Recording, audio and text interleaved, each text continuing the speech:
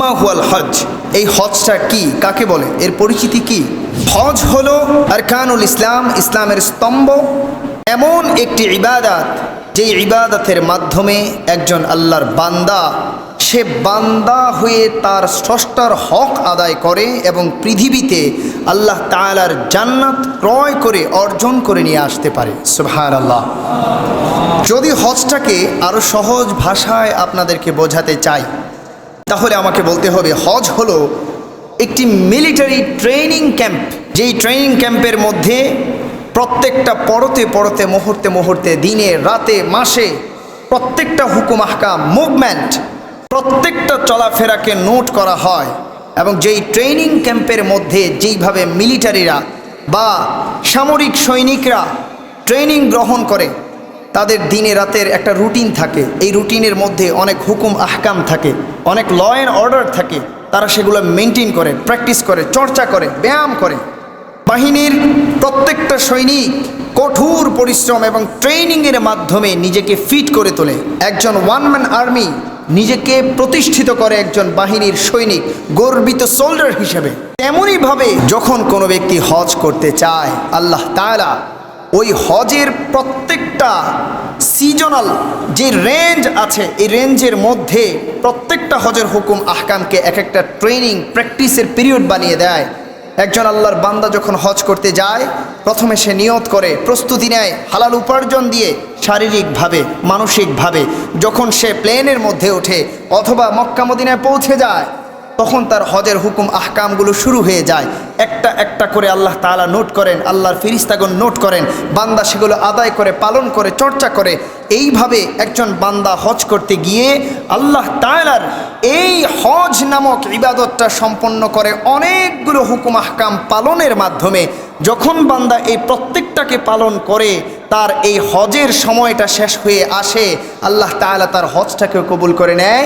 সেও এই রকম প্রত্যেকটা জিনিস পালন করার মাধ্যমে যোগ্য আল্লাহর বান্দা হিসেবে নিজেকে প্রস্তুত করে ফেলে।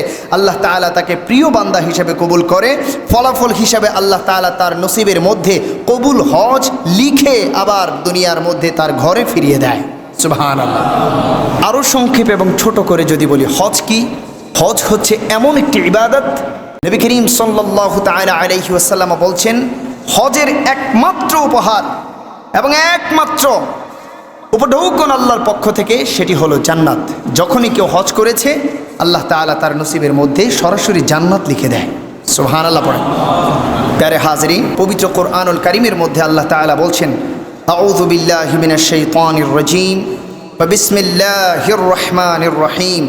আল্লাহ তাআলা বলছেন, ওয়ালিল্লাহি আলান নাসি হিজ্জুল বাইতি মান ইসতাতাআ ইলাইহি সাবিলা। অর্থাৎ আল্লাহ তাআলা বোঝাতে চাচ্ছেন, পৃথিবীর মধ্যে যতগুলো বান্দা সামর্থ্যবান আছো আমার বান্দা, তারা সামর্থ্য পাওয়ার পর, তৌফিক পাওয়ার পর, তোমরা যেন আমি আল্লাহর ঘরে আসো, হজ করো। যখনই সামর্থ্য হয়েছে আমার ঘরে এসে হজ করে, আল্লাহর পথে ভ্রমণ করে, খরচ করে, ব্যয় করে, পরিশ্রম করে, তোমরা যেন আমি আল্লাহকে দুনিয়ায় থাকতেই বিজয় করে অর্জন করতে পারো। সুবহানাল্লাহ। আরো জোরে পড়তে হবে সুবহানাল্লাহ। প্যারে হাজরিন, লিল্লাহি আলান নাসি, আল্লাহর জন্য, আলান নাসি মানুষের উপর। কি? এখানে একটা ব্যাখ্যা আছে। দুনিয়ার মধ্যে দেখা যায় কোনো ব্যক্তি যদি 1 টাকাও পাওনাদার হয়, কোনো ব্যক্তির কাছে আপনি যদি, বা কোনো ব্যক্তি যদি অপর ব্যক্তির কাছে ঋণগ্রস্ত থাকে, তাহলে তাকে এই ঋণ পরিশোধ করতে হয়। এই ঋণটা পরিশোধ করা তার জন্য ফরজ। হক্কুল ইবাদ তার কাছে রাখতে পারবে না, এটা আদায় করে দিতে হবে। যখন কোনো ব্যক্তি ঋণ পরিশোধ করে ফেলে, তার মানসিক একটা দুশ্চিন্তা চলে যায়, তার মধ্যে একটা সচ্ছলতা, কনফিডেন্স চলে আসে নিজের মধ্যে। এবং যখন কোনো ব্যক্তি কারো কাছে ঋণী থাকে, ওই ব্যক্তি কিন্তু ছোট থাকে, ওই ব্যক্তিটার কাছে মাথা নিচু হয়ে যায়। কিন্তু যখন আদায় করে ফেলে, সে মাথা উঁচিয়ে চলতে পারে সমাজে।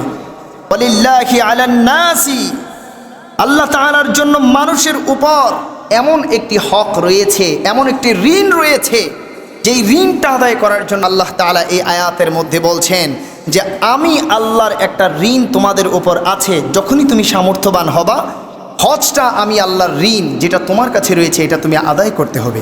যখনই তুমি আদায় করলা বান্দা, তাহলে জেনে রাখো তোমার এই প্রত্যেকটা আদায়ে আদায়ে পড়তে পড়তে আমি আল্লাহ তোমার গুনাহ ক্ষমা করে দেব, তকদির পাল্টে দেব, বরকত দান করে দেব, নসিব পাল্টে দিয়ে আল্লাহওয়ালা বানিয়ে দেব।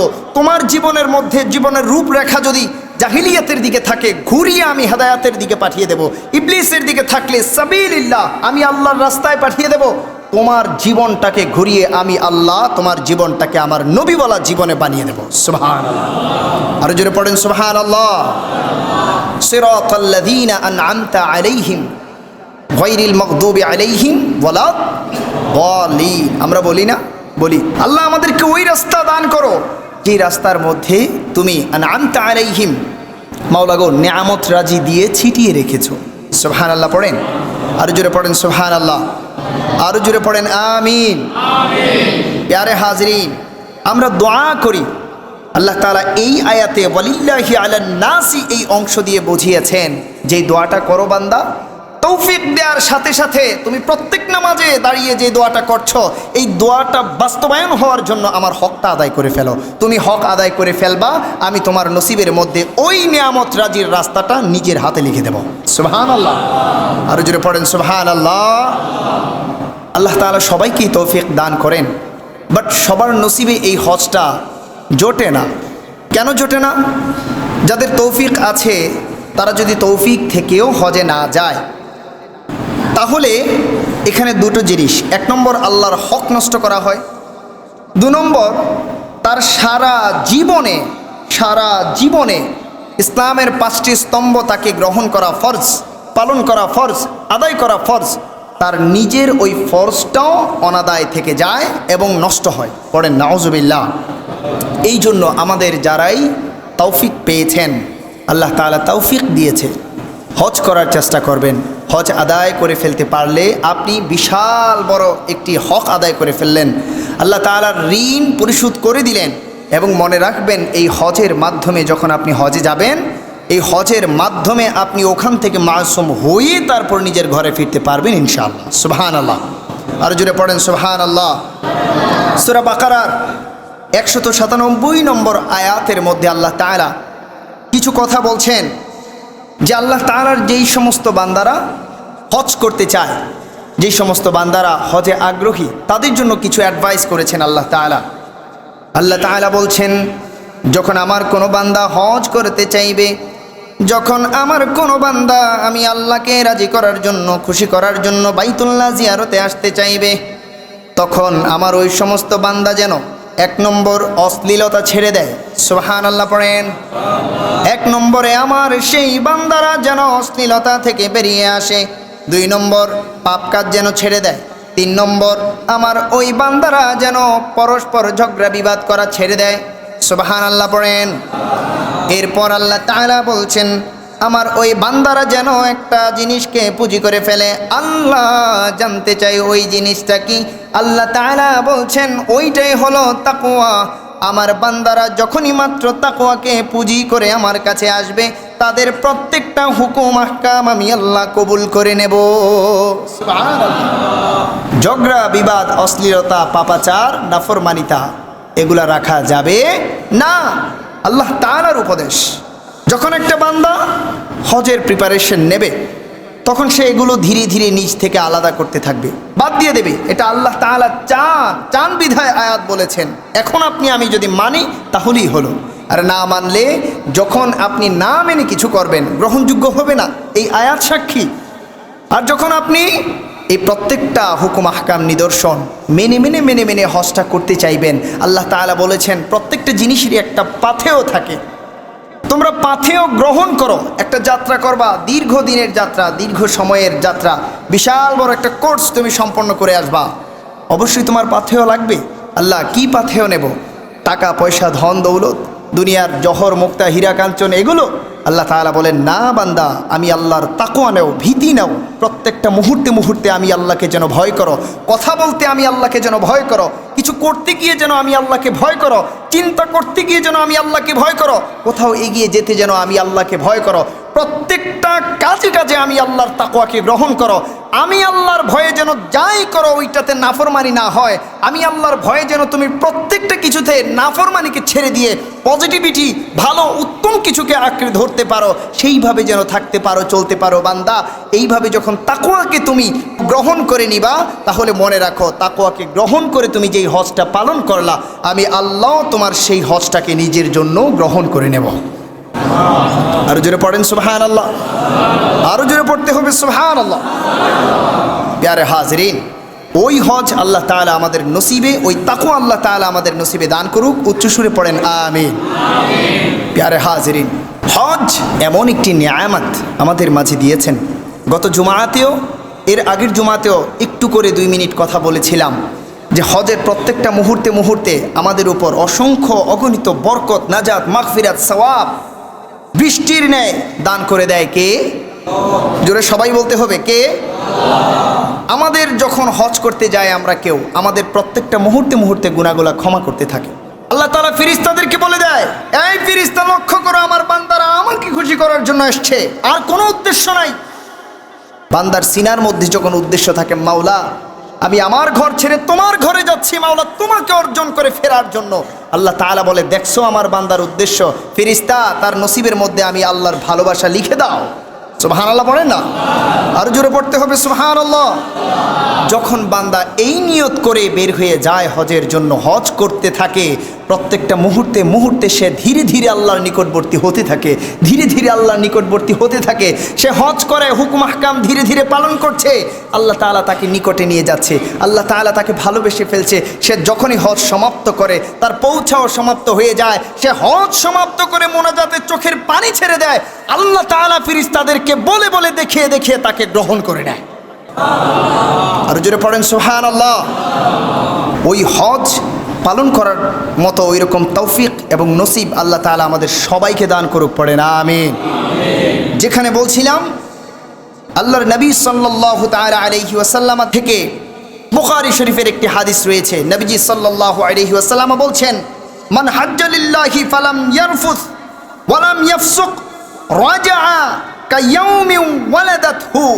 নবী করিম সাল্লাল্লাহু তাআলা আলাইহি ওয়াসাল্লাম বলছে, যেই ব্যক্তি অশ্লীলতা বাদ দিয়ে দিল, নাফরমানি পাপাচার বাদ দিয়ে দিল, যত ধরনের শয়তানের ধোঁকা আছে ওই ধোঁকাগুলাকে বাদ দিয়ে দিল, বাদ দিয়ে যেই ব্যক্তি শুধুমাত্র সিনা থেকে উদ্দেশ্য করলো আমি আল্লাহকে রাজি খুশি করাবো, আল্লাহর সন্তুষ্ট চাইবো, আল্লাহর সন্তুষ্ট অর্জন করব, এই উদ্দেশ্যে যেই ব্যক্তি হজের দিকে গেল, সে হজ করে আসলো, শুধুমাত্র হজ করেই আসলো না, সে হজ করে আসার সময় এমনভাবে মাসুম হয়ে সে ঘরে ফিরল যেমনভাবে একটা সন্তান তার মায়ের পেট থেকে ভূমিষ্ঠ হয় মাসুম হয়ে। সুবহানাল্লাহ।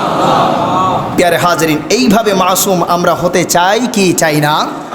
প্যারে হাজরিন, বুঝে শুনে বলুন, এইভাবে আল্লাহর সন্তুষ্ট অর্জন করতে আমরা চাই কি চাই না? যদি চান, তৌফিক হওয়ার সাথে সাথেই হজ করার চেষ্টা করেন। যদি চান, তৌফিক হওয়ার সাথে সাথে আল্লাহর এই ঋণকে পরিশোধ করার চেষ্টা করেন। প্যারে হাজরিন, যদি চান, তৌফিক আছে, হায়াত থাকার মধ্যকার সময়ে, হায়াত থাকতে থাকতেই আল্লাহ তাআলার এই হুকুমকে, এই আরকানকে পালন করে ফেলেন, বাস্তবায়ন করে ফেলেন, নিজের সার্টিফিকেট, নিজের জান্নাতটা নিজেই অর্জন করে নিয়ে আসেন। ইনশাআল্লাহ পড়েন, আরো জোরে পড়েন ইনশাআল্লাহ। প্যারে হাজরিন, আল্লাহ তাআলার প্যারা নবী সাল্লাল্লাহু তাআলা আলাইহি ওয়াসাল্লাম হজ সম্পর্কে একটি হাদিস বলেছেন যে যখন তোমরা হজ পালন করবা, হজের সাথে সাথে উমরাটাও পালন করো। সুবহানাল্লাহ পড়েন, উমরাটাও পালন করো। ইয়া রাসূলুল্লাহ, কেন উমরা পালন করব? কারণ এই হজ যখন তোমরা আদায় করলা, এটা হচ্ছে তোমাদের ফরজ ইবাদত। তো ফরজ ইবাদত যখন তুমি আদায় করে ফেলছো, উম্মত জেনে রাখো, ফরজের পরপর যদি একই ইবাদত বা অন্য ইবাদত বা নফল ইবাদতও আদায় করা হয়, তাহলে কি হবে? আল্লাহ তাআলা ওই নফলের মাধ্যমে একজন বান্দাকে, সে যতই পাপ করুক, তার সিনাটা যদি ঠিক থাকে, ওই নফলের মাধ্যমে আল্লাহ তাআলা একজন বান্দাকে তার বন্ধুতে রূপান্তর করে দেয়। আর জোরে পড়েন সুবহানাল্লাহ। প্যারে হাজরিন, আল্লাহ তাআলা যদি চান, যে কোনো মানুষকে যে কোনো মুহূর্তে যেই কোনো জায়গায় রেখে যেই কোনো অবস্থায় হেদায়েত দিতে পারেন। সুবহানাল্লাহ পড়েন না? আল্লাহু ইয়াহদি মান ইয়াশাউ ইলা সিরাতিন মুস্তাকিম।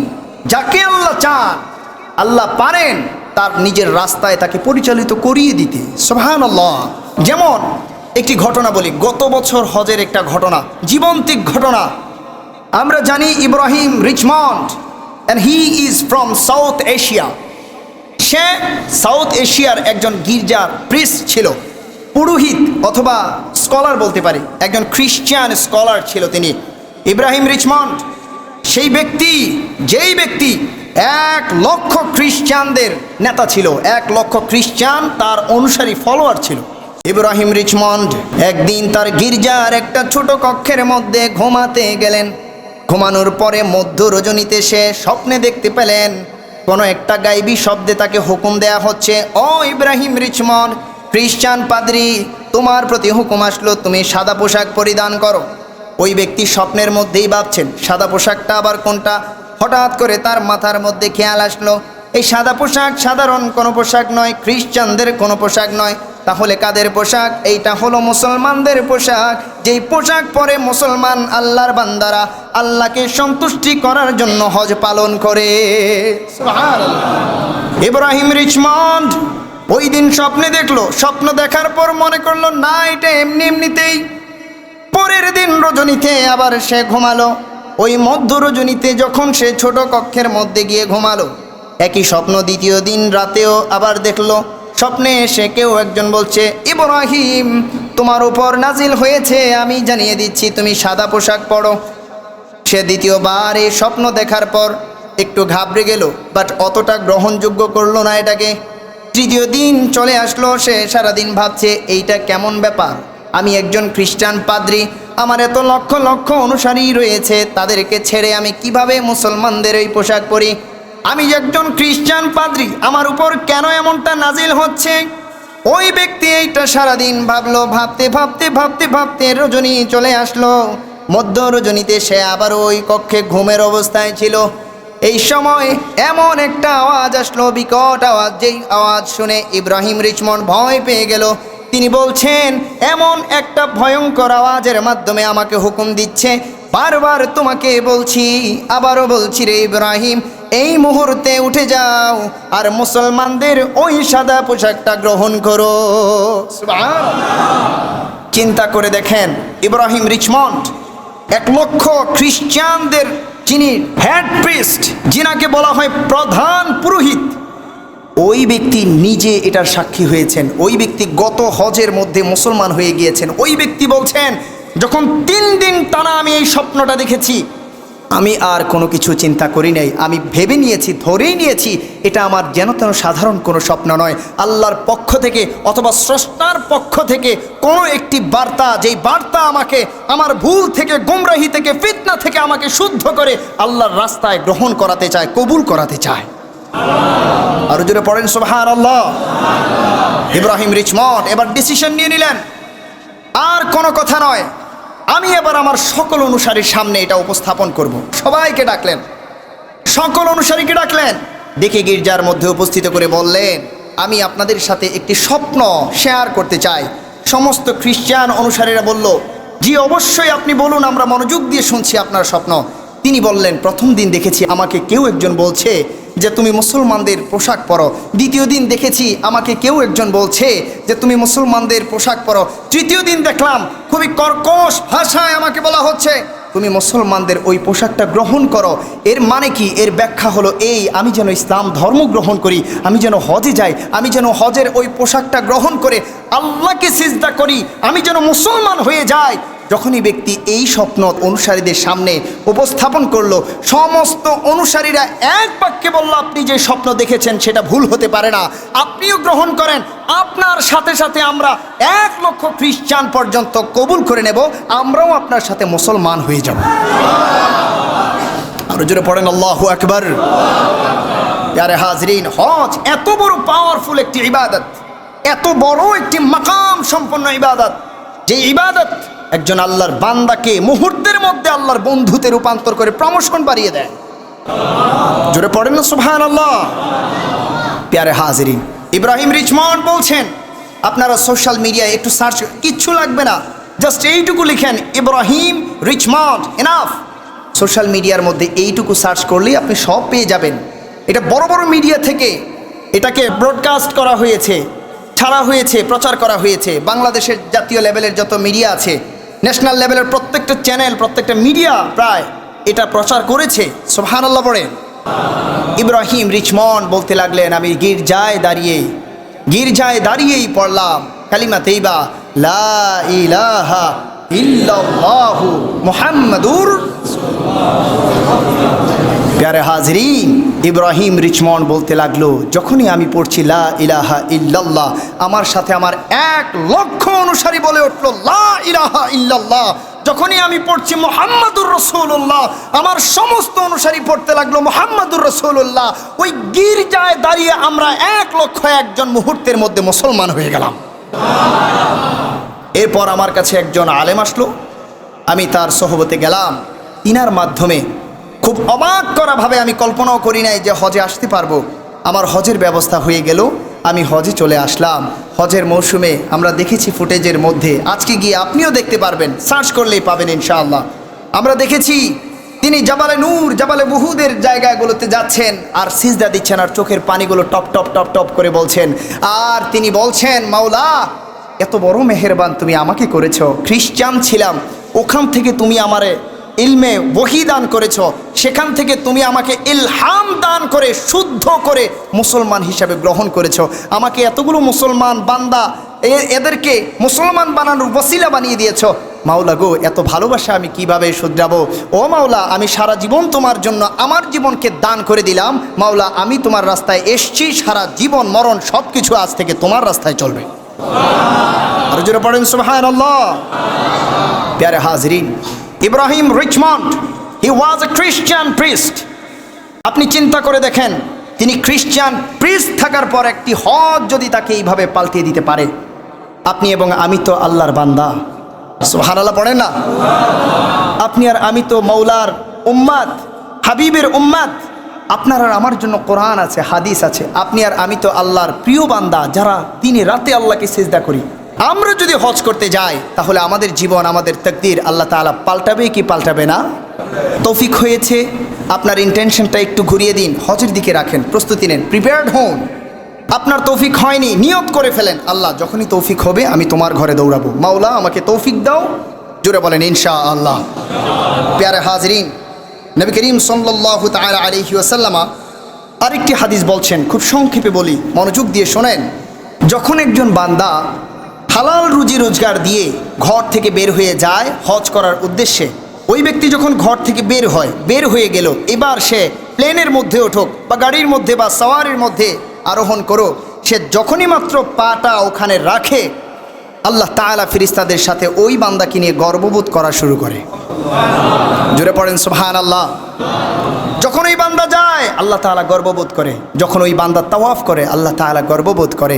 যখন এই বান্দা প্রত্যেকটা হুকুম আহকাম পালন করে আরাফার ময়দানে যায়, ওই দুলুবালি মাখা সাফা মারওয়া সাই করে, আল্লাহ তাআলা ফেরেশতাদেরকে বলে, ফেরেশতা তুমি কি দেখছো? ও ফেরেশতা দেখো, আমার প্রিয় বান্দারা আমি আল্লাহকে খুশি করার জন্য ধুলোবালি অবস্থায়, চুল অবস্থা, এলোমেলো কেশ, এলোমেলো চুল, এমন অবস্থায় দৌড়াদৌড়ি করছে। কেন? উদ্দেশ্য কি? শুধুমাত্র আমি আল্লাহকে খুশি করতে চাই। জোরে পড়েন সুবহানাল্লাহ। ফেরেশতাদের সাথে আল্লাহ তাআলা এইভাবে আলাপ করতে থাকে। যখনই তার হজ শেষ হয়, আল্লাহ বলে, ফেরেশতা এতক্ষণ তো আলাপ করলাম, আমার বান্দাটাকে আমি আর শুধু আলাপে রাখতে চাই না, এই মুহূর্তে আমার প্রিয় বান্দাদের কাতারের মধ্যে, লিস্টের মধ্যে ওই বান্দার নামটা লিখে দাও। জোরে পড়েন সুবহানাল্লাহ। এমন নসিব আমরা চাই কি চাই না? চাইলে জোরে বলতে হবে, চাই কি চাই না? আল্লাহ তাআলা ওই নসিব আমাদেরকেও দান করুক, পড়েন আমিন। প্যারে হাজরিন, খুব সংক্ষেপে বলছি, আল্লাহ তাআলা কোরআনুল কারীমের মধ্যে অনেক কিছু জানিয়েছেন হজ সম্পর্কে। যেহেতু জুমার আলোচনা, অত বেশি কিছু বলা যায় না, ক্রমান্বয়ে পর্বে পর্বে জানতে হয়। কিন্তু এখানে প্রাসঙ্গিক কিছু কথা রয়েছে। যেমন আমাদের অনেক মুসলমান ভাইয়েরা এবং বোনেরা বলে থাকে, বা আমাদের মধ্যেই অনেকের ভেতরে এমন প্রশ্ন থাকে যে হজের সাথে মদিনার কোনো সম্পর্ক নাই, সুতরাং মদিনায় যাওয়া না যাওয়া, দ্যাট ইজ নট ম্যাটার। আমি হজে গেলাম, হজ আদায় করলাম, হজ হয়ে যাবে। পড়েন নাউজুবিল্লাহ। আর একটু জোরে বলেন নাউজুবিল্লাহ। আল্লাহ থেকে রাসূল কখনো বাদ দেয়া যাবে? কোরআন থেকে হাদিস কখনো বাদ দেয়া যাবে? বুঝে শুনে জবাব দেবেন কিন্তু। মাহবুব থেকে হাবিবকে কখনো ডিলিট করা যাবে? প্যারে হাজিরিন, আওয়াজ দিয়ে বলেন, তাহলে মক্কা থেকে কখনো মদিনাকে আলাদা করা যেতে পারে? যখন কোনো বান্দা হজ করতে গিয়ে এমনটা চিন্তা করবে যে মদিনা ডাজন্ট ম্যাটার, তখন কি হবে জানেন? ওই ব্যক্তি যেন মক্কার সাথে কম্পেয়ার করতে গিয়ে মদিনারে বাদ দিয়ে দিল। মদিনার মধ্যে কে আছে? হাবিবে কেবরিয়া নবী দু জাহান, সুবহানাল্লাহ। যখন রাসূল আকরাম সাল্লাল্লাহু তাআলা আলাইহি ওয়াসাল্লামের ওই ভূমিকে বাদ দেয়া হয়, ওই বান্দাটার বান্দার কাতারে থাকে না, বেয়াদবের কাতারে চলে যায়। নাউজুবিল্লাহ, নাউজুবিল্লাহ বলেন। আপনি যেই মতবাদের হন, অনুরোধ থাকবে আমার ভাই, আপনার কল্যাণে আমি বলছি, আপনি আমার ভাই। কিয়ামতের মাঠে আমি দাঁড়ালে আমাকে জিজ্ঞেস করবে, তুমি যে খতিব ছিলা, তোমার সামনে তোমার আল্লাহর বান্দারা ছিল, তোমার ভাইয়েরা ছিল, তাদের কল্যাণে কোন কোন কথাটা তুমি বলেছ? জিজ্ঞেস করবে কি করবে না? প্যারে হাজিরিন, ওই ফিলিংস থেকে বলছি, ওই ইন্টেনশন থেকে বলছি, এমন কোনো চিন্তাধারা যদি কারো মধ্যে থাকে, কেউ যদি প্রচার করে বা কেউ যদি আপনাকে বোঝায়, গ্রহণ করা যাবে? যেখানে রসুল বা রসুলের মদিনা নাই, সেখানে মক্কা বা মক্কার রবও থাকতে পারে। দেখেন, মদিনার কিছু কথা বলি। আল্লাহ তাআলার কাছে নবী করিম সাল্লাল্লাহু তাআলা আলাইহি ওয়াসাল্লাম সরাসরি দোয়া করেছেন, আল্লাহুম্মা জাল বিল মাদিনাতি দুইফাই মা জাআলতা বিমক্কাতা মিনাল বারাকা। আল্লাহ, তোমার মক্কার মধ্যে তুমি অনেক বরকত দিয়েছো, সুবহানাল্লাহ। মাওলা গো, যতগুলো বরকত দিয়েছো তার চেয়ে বেশি বরকত তুমি আমার মদিনায় দান করে দাও। আরো জোরে পড়েন সুবহানাল্লাহ। জবাব দিন বুঝে শুনে, ওই মদিনায় যাওয়ার দরকার আছে না নাই? প্যারা হাজিরিন, আল্লাহর নবী সাল্লাল্লাহু তাআলা আলাইহি ওয়াসাল্লাম ইরশাদ করছেন, ইবারত বলছি না, অনুবাদ বলে দিচ্ছি, বুখারী শরীফের হাদিস। নবীজি বলছেন, যেই ব্যক্তি হজের সকল হুকুম আহকাম পালন করে ফেলেছে, হজ আদায় হয়ে গিয়েছে, মারহাবা। যেই আমার উম্মত হজ আদায় করলো, সমস্ত নাফরমানি থেকে বেরিয়ে আসলো এবং আমি নবীর রওজায় এসে আমাকে জিয়ারত করলো, সে যেন রওজা জিয়ারত করে নাই, আমি জীবিত অবস্থায় আমার সাথে মোলাকাত করলে যেইভাবে দেখা হতো, আমার ওই উম্মত যেন আমার সাথে ওইভাবেই দেখা করে গেল। শুধুমাত্র তাই নয়, আমি নবী বলে দিয়ে গেলাম, কিয়ামতের মাঠে যখন আমি দাঁড়াবো, ওই সময় আমি নবীর পাশে যেই সমস্ত আমার প্রিয় উম্মতরা থাকবে, আমার প্রিয় উম্মতরা যারা আমার পাশে থাকবে, আল্লাহর প্রিয় বান্দারা, আমার ওই উম্মত, আমার রওজা জিয়ারতকারী উম্মতগুলাও আমার ওই সাথে আমার পাশে কিয়ামতের মাঠে থাকবে। জোরে পড়েন সুবহানাল্লাহ। এবং নবী এটাও বলছেন, যে এই ব্যক্তি আমার রওজা জিয়ারত করে ফেলবে, কোনো কথা নাই, আমি তার অন্য কিছু দেখব না, শুধুমাত্র একটি বিষয় নোট করব, সে আমার রওজা জিয়ারত করেছে কি করেনি। যদি করে থাকে, তাহলে তাকে শাফাআত করে জাহান্নাম থেকে বাঁচিয়ে জান্নাতে পাঠানোর দায়িত্বটা আমি নবী নিজে আমার উপর কর্তব্য হিসেবে গ্রহণ করে নেব। প্যারে হাজিরিন, ওই জিয়ারত আমরা চাই কি চাই না? আর একটু জোরে বলেন, চাই কি চাই না? ধরেন আপনার পাশে কোনো একজন আল্লাহর রাসূলের রওজা আছে, কোনো একজন আল্লাহর রাসূলের সমাধিস্থ আছে, আপনি কি যাবেন না? দোয়া আনতে যাবেন না? নবী রাসূলগণ কখনোই মৃত হয় না, তারা জীবিত হয় এবং তারা দোয়া দেয়, তাদের দোয়ায় আমাদের তাকদীর, ঈমান, আমল, আখলাক সব কিছু ধন্য হয়ে যায়। সুবহানাল্লাহ পড়েন। সেই জায়গায় সাইয়্যিদুল আম্বিয়া আমার নবীর সম্মান কি কম না বেশি? বুঝে জবাব দিন না, কম না বেশি? যেই যেই সম্মানিত আয়াতগুলো সমস্ত নবী রাসূলদেরকে ধন্য করেছে, সম্মানিত করেছে, প্রেস্টিজিয়াস বানিয়েছে, ওই সমস্ত আয়াতের চেয়ে হাজার গুণ, কোটি গুণ বড় বড় সম্মানিত আয়াত আল্লাহ তাআলা কারোর জন্য পাঠান নাই, শুধু আমার রাসূলের জন্য নাজিল করেছে। ওয়া রাফা'না লাকা যিকরাক। সুবহানাল্লাহ। আল্লাহ তাআলা কি বলছেন? নবী, কোন নবীর জন্য আমি এই আয়াত নাজিল করি নাই। তাফসিরে এসেছে, মাওলা বলছেন তার হাবিবকে, হাবিবুল্লাহ, আমার নবী গো, এই আয়াতটা আমি আল্লাহ আপনাকে দিছি। কেন? বোঝানোর জন্য, যেইখানে আমার সমস্ত ওলিদের সম্মান শেষ, নবীদের সম্মান শেষ, রসুলের সম্মান শেষ, ফেরেশতাদের সম্মান শেষ, মাহবুব আমি তার থেকে আরো উপরে আপনার সম্মানকে বুলন্দিত করে দিয়েছি। ওই নবীর কাছে যাবেন না, কার কাছে যাবেন? ওই নবী আমাদের ঈমান, ওই নবী আমাদের ভালোবাসা। কিছু সাহাবী নবী করিম সাল্লাল্লাহু তাআলা আলাইহি ওয়াসাল্লামের হুজরাখানার বাহিরে তিনার জন্য ওয়েট করছিল। তাদের মধ্যে একটি গল্প চলছিল, তারা একে অপরের সাথে বলতে লাগলো যে, একটা বারের জন্য কি খেয়াল করছো কত বড় মর্যাদাপূর্ণ নবী রাসূলদেরকে আল্লাহ তাআলা পৃথিবীতে পাঠাইছে? একটা বারের জন্য কি তোমরা লক্ষ্য করছো আল্লাহ তাআলা ইব্রাহিম ও খলিলুল্লাহ আলাইহিস সালাতু ওয়াস সালাম, ইব্রাহিম নবীকে আল্লাহ তাআলা নিজের খলিল বানিয়ে ফেলেছে। সুবহানাল্লাহ। খলিল মানে খুব প্রিয় বন্ধু, সুবহানাল্লাহ পড়েন। এরপরে কি, এইভাবে বলে বলে তারা খুব অবাক হয়ে যাচ্ছে, আশ্চর্য। খেয়াল করতে পারো আল্লাহ তাআলা নিজের বন্ধু বানিয়ে ফেলতেছে তাদেরকে।